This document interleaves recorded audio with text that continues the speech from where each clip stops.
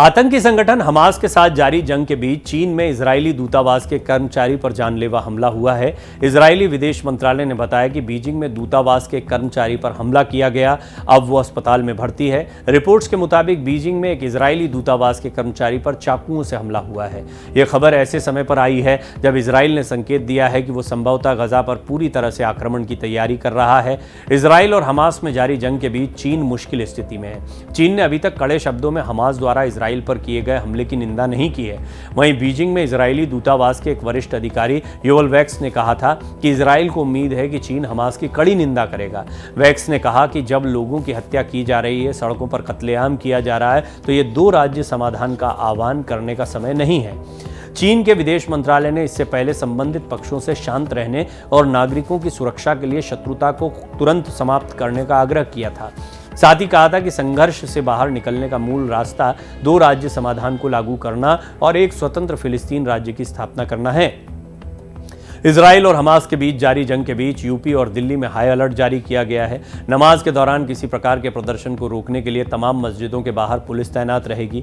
UP police की तरफ से जारी अलर्ट के अनुसार किसी भी प्रकार के प्रदर्शन की अनुमति नहीं दी जाएगी। कोई प्रदर्शन न हो, इसके लिए मस्जिदों के बाहर पुलिस मौजूद रहेगी।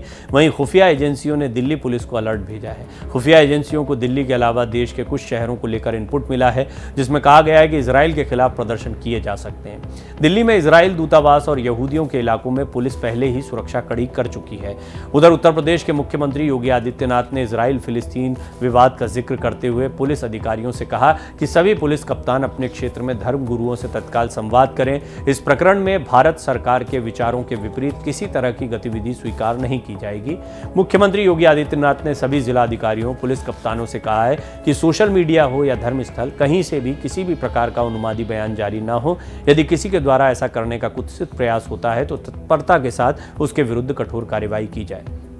आपको बता दें, इजरायल के खिलाफ फ्रांस समेत कई देशों में भी मुस्लिम समुदाय के लोगों ने प्रदर्शन किया है।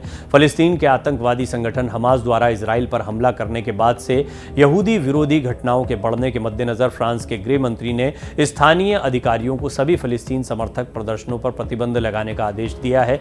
राष्ट्रपति इमैनुअल मैक्रों ने फ्रांसीसी लोगों से आग्रह किया है कि वो पश्चिम एशिया में चल रहे युद्ध का असर अपने देश पर नहीं पड़ने दें। मैक्रों की ओर से पश्चिम एशिया में जारी संघर्ष के बारे में राष्ट्र को संबोधित करने से ठीक पहले पेरिस की पुलिस ने फलस्तीन के समर्थन में प्रदर्शन कर रहे लोगों को तितर बितर करने के लिए आंसू गैस के गोले छोड़े और उन पर पानी की बौछारें डाली। इन लोगों ने प्रतिबंध का उल्लंघन करते हुए इजरायल की सरकार के खिलाफ प्रदर्शन किया था। चीन की घटना के बारे में ऐसा कोई साक्ष्य तो नहीं मिला, और देखिए, चीन से खबरें आना भी एक बड़ा चुनौतीपूर्ण कार्य होता है, क्योंकि वहां से खबरें जो हैं वो बहुत छन छन कर आती हैं। बहुत सारी चीज़ों पर रोक लगा रखी है, लेकिन इस घटना को इस संघर्ष से स्वतः ही जोड़ दिया गया। इजरायली नागरिक था, चाकुओं से गोदा गया, दूतावास के पास घटना हुई है। पर दुनिया भर में जहाँ जहाँ भी इजरायली दूतावास हैं, वहाँ पर सुरक्षा के ऐसे ही कड़े इंतजाम किए जा रहे हैं।